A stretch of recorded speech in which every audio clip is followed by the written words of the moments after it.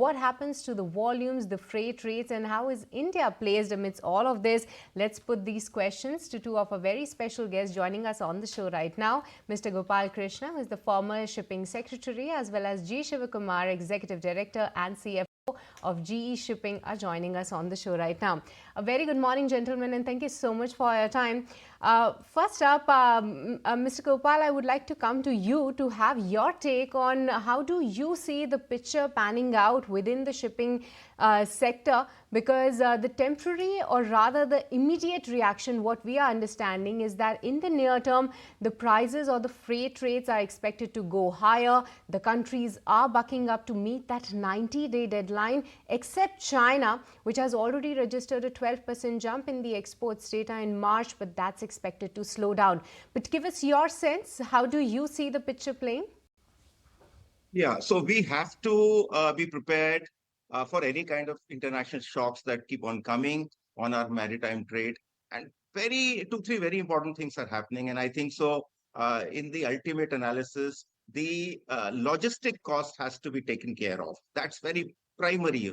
And slowly, as we move on to a manufacturing country, and there are clear signs that there are a lot of sectors in which we are moving towards that direction itself, we have to see that our containerized exports keep on rising and our infrastructure keeps pace with increased volumes of containers. Already, the container, trade is moving at a CAGR of more than 10% for the last 5-10 years. It's bound to grow by that margin. And two, three things, very important things are happening both on the eastern region of the country, western region of the country. The dedicated freight corridor is going to now be fully ready up till the Jawaharlal Nehru port by December 2025. That's a big, jump for the entire northern belt of the country. Containers can easily go directly to JNPA.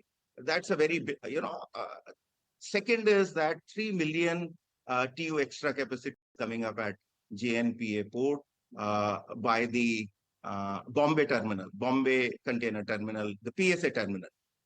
On the east, if you see, Vizhinjam has already started commercial operations, and very soon the road link to Vizhinjam is going to get inaugurated. We here in June, July. That is going to have great impact on the automobile exports that we do. There is going to be some shift of containerized traffic from the southern region to Vizhinjam.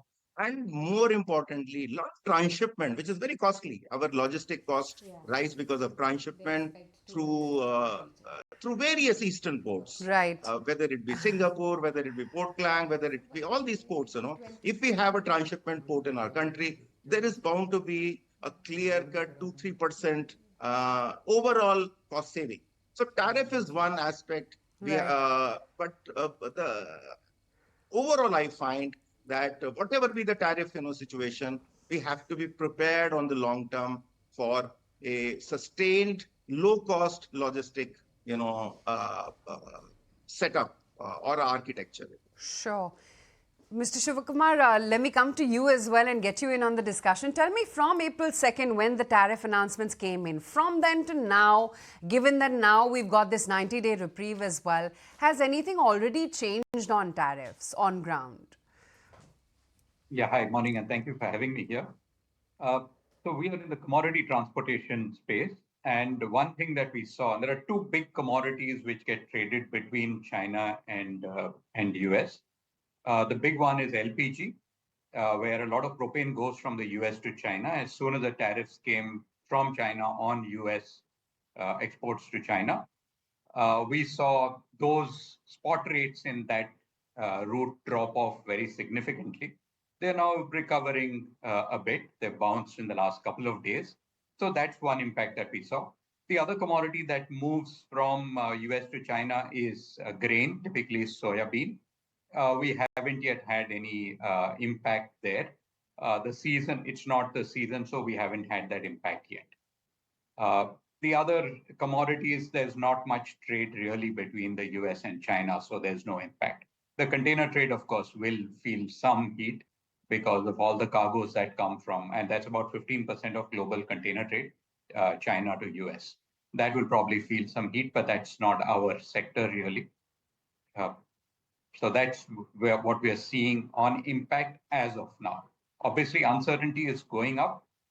All of this is going to potentially cause, I think Mahesh was mentioning earlier, potentially cause slightly lower GDP growth because of costs increasing, maybe some recessionary tendency, and that would not be good for shipping itself, because that would reduce the amount of cargo that's moving and therefore the demand for ships.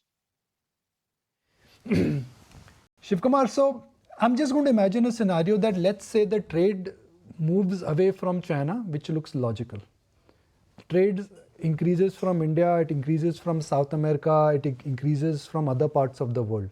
Could this trade orientation have an impact on long-term tariffs, long-term ship movements? I mean, is this something you think we should now start putting our mind to? So I don't know what went into the tariffs this time. Again, there are a lot of theories around what went into the tariff rates this time around. These shifts will take time because these are not commodities. These are manufacturing capabilities which need to be set up. And the Chinese manufacturing scale is huge. To recreate that takes time, and a reorienting of all the supply chains that go into manufacturing. Yes, that could happen, and that could reorient the trade for containers as well.